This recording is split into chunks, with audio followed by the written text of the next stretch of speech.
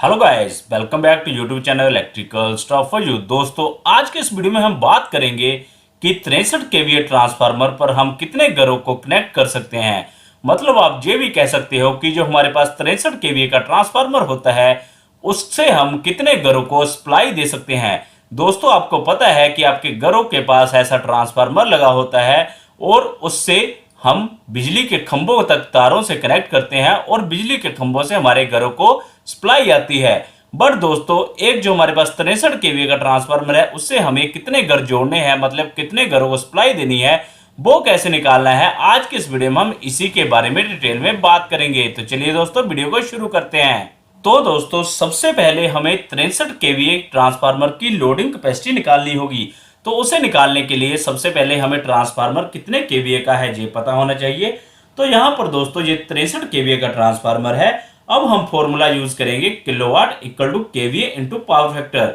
अब दोस्तों ये फॉर्मूला हम इसलिए यूज कर रहे हैं क्योंकि हमारी जो रेटिंग है वो केवीए में है, उसे हमें कन्वर्ट करने पड़ेगा किलोवाट में, क्योंकि कोई भी लोड होता है वो हमेशा किलोवाट में दिया जाता है। तो दोस्तों इस फॉर्मूले का यूज करेंगे। अब जो हमारी केवीए है वो हमें पता है 63 केवीए है और जो पावर फैक्टर है वो हम 0.8 मानकर चलेंगे। तो दोस्तों जब हम इसे कैलकुलेट करते हैं तो ये हमारे पास आ जाता है 50.4 किलोवाट। इसका मतलब ये हुआ कि जो हमारे पास 63 केवीए का ट्रांसफार्मर है उसमें 50 किलोवाट होते हैं। अब दोस्तों इसका मतलब क्या हम इस पर 50 किलोवाट लोड डाल दें? तो दोस्तों ऐसा नहीं है। हमें ट्रांसफार्मर को अगर मैक्सिमम एफिशिएंसी पर चलाना है तो हमेशा हमें उसके 80% रेटिंग पर चलाना होता है। तो मतलब 50 किलोवाट के 80% पर अगर हम ट्रांसफार्मर को चलाएंगे तो वो मैक्सिमम एफिशिएंसी देगा। तो हमें सिंपल करना क्या है, 50.4 को गुना कर देना है 0.8 से। तो दोस्तों जब हम इसे गुना करेंगे तो हमारे पास टोटल लोड आ जाएगा जो हम 63 केवीए के ट्रांसफार्मर पर कनेक्ट कर सकते हैं, जो कि आता है 40.32 किलोवाट। अब ये हमने इस वाली इक्वेशन को कैलकुलेट करके फाइंड आउट किया है। ठीक है दोस्तों। तो दोस्तों अब हमें यह तो पता चल गया कि अगर हमें 63 केवीए के ट्रांसफार्मर को मैक्सिमम एफिशिएंसी पर चलाना है तो हम 40 किलोवाट तक लोड उससे कनेक्ट कर सकते हैं। अब दोस्तों हमें यह पता होना चाहिए कि जो हमारे एक घर का लोड है वो कितना है। तो दोस्तों ये हम अप्रोक्स मान के चलेंगे कि जो हमारा एक घर का लोड है वो 1 किलोवाट है।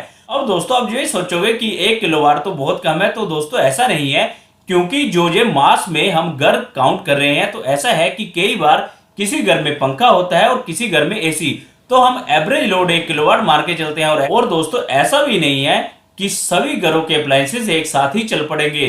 कभी कोई घर बंद भी रहते हैं तो हम एवरेज किलोवाट वो लोड मान रहे हैं 1 किलोवाट, जो कि कनेक्टेड रहेगा ट्रांसफार्मर से। तो अब दोस्तों हमें नंबर ऑफ हाउसेज निकालने हैं कि हम 63 केवीए ट्रांसफार्मर पर कितने हाउसेज कनेक्ट कर सकते हैं। तो उसके लिए हमें दो चीजों का पता होना चाहिए, एक ट्रांसफार्मर लोड और दूसरा एक हाउस लोड।